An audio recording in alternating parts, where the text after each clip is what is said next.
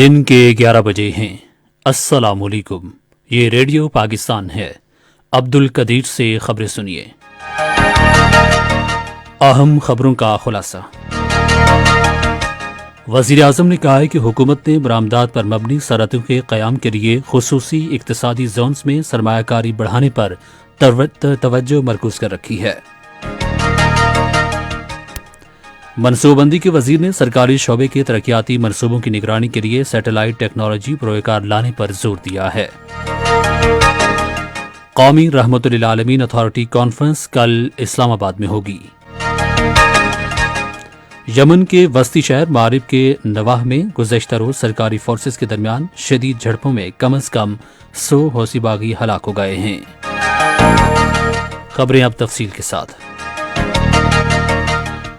وزیر اعظم عمران خان نے کہا ہے کہ حکومت نے ملک کی تاریخ میں پہلی بار زرعی شعبے کی بہتری کے لیے جامع منصوبہ وضع کیا ہے اور اس پر ترجیحی بنیادوں پر عمل کر رہی ہے۔ وہ اسلام آباد میں زرعی شعبے کی بہتری کے منصوبے اور خصوصی اقتصادی زونز پر پیش رفت کا جائزہ لینے کے لیے ترجیحی شعبوں کے بارے میں ایک اجلاس کی صدارت کر رہے تھے۔ وزیر اعظم نے کہا کہ کسان کارڈ متعارف کرانے، کھاد پر اعانت اور مویشیوں کی جنیاتی بہتری کے ساتھ حکومت کا مقصد پچھلے سال کی ریکارڈ پیداوار کے مقابلے میں اس سال مزید پیداوار حاصل کرنا ہے۔ انہوں نے کہا کہ حکومت نے برآمدی صنعتوں کے قیام کے لیے خصوصی اقتصادی زونز میں سرمایہ کاری بڑھانے پر بھی توجہ مرکوز کر رکھی ہے۔ وزیر اعظم نے کہا کہ حکومت نے کاروبار دوست پالیسیوں اور کاروبار آسان بنانے پر توجہ مرکوز کرنے کے ساتھ مثبت نتائج سامنے آنا شروع ہو گئے ہیں۔ منصوبہ بندی و ترقی کے وزیر اسد عمر نے سرکاری شعبے کے ترقیاتی منصوبوں، نگرانی اور کام کی رفتار کا جائزہ لینے کے لیے سیٹلائٹ ٹیکنالوجی بروئے کار لانے کی ضرورت پر زور دیا ہے تاکہ ان پر فوری عمل درآمد اور بروقت تکمیل یقینی بنائی جا سکے۔ انہوں نے ان خیالات کا اظہار سیٹلائٹ ٹیکنالوجی کے استعمال کے بارے میں اسلام آباد میں اجلاس کے دوران کیا۔ اسد عمر نے کہا کہ منصوبہ بندی کمیشن میں نگرانی اور تخمینہ لگانے کا ناقص نظام ہمیشہ سرکاری شعبے کے ترقیاتی منصوبوں پر عمل درآمد میں تاخیر کا باعث بنتا ہے، جس سے لاگت میں اضافہ اور ٹیکس دہندگان کا پیسہ ضائع ہو رہا ہے۔ حکومت نے فری لانسرز کو یقین دلایا ہے کہ وہ کاروبار کرنے، بینک اکاؤنٹ کھولنے، غیر ملکی ترسیلات زر پاکستان لانے اور ملک بھر میں انٹرنیٹ کی بلا تعطل دستیابی میں ان کی مکمل معاونت کرے گی۔ یہ یقین دہانی اطلاعات، ٹیکنالوجی اور مواصلات کے وزیر سید امیر الحق نے اسلام آباد میں فری لانسرز کے لیے دوسرے ڈیجی سکلز پروگرام کے اجراء کے موقع پر کرائی۔ اس سلسلے میں اگنائٹ نیشنل ٹیکنالوجی فنڈ اور ورچوئل یونیورسٹی آف پاکستان کے درمیان ایک معاہدے پر دستخط بھی کیے گئے۔ صدر ڈاکٹر عارف الوی نے عدنان ملک کو تمغہ شجاعت عطا کرنے کی منظوری دی ہے، جنہوں نے سیالکوٹ میں شری لنکا کے شہری پریانتا کمارا کو ہجوم سے بچانے کی کوشش کی تھی۔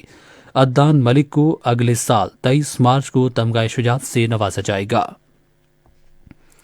قومی رحمت للعالمین صلی اللہ علیہ وآلہ وسلم اتھارٹی کانفرنس کل اسلام آباد میں ہوگی۔ اس کا مقصد ہمارے معاشرے کو درپیش مسائل کے حل کے حوالے سے مشاورت کے لیے عالمی سطح پر ممتاز علماء کرام کے درمیان رابطہ قائم کرنا ہے۔ وزارت تعلیم اور پیشہ ورانہ تربیت کے مطابق کانفرنس کے انعقاد کا مقصد معاشرے کی اخلاقی گراوٹ کے اسباب کا جائزہ لینا بھی ہے۔ کانفرنس میں امت مسلمہ اور خصوصاً پاکستان کے مسائل کے حوالے سے تفصیلی جائزہ لیا جائے گا۔ پاکستان نے اس ماہ کرونا وائرس سے بچاؤ کی ویکسین کی 1.5 کروڑ خوراک وصول کی ہیں، جن کے لیے ایشیائی ترقیاتی بینک نے مالی معاونت فراہم کی تھی۔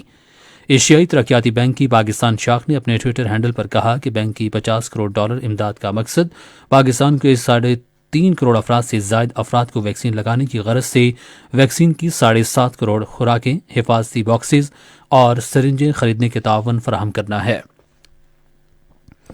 اور یمن کے وسطی شہر مارب کے نواح میں گزشتہ روز سرکاری فورسز کے درمیان شدید لڑائی میں کم از کم 100 حوثی باغی ہلاک ہو گئے ہیں۔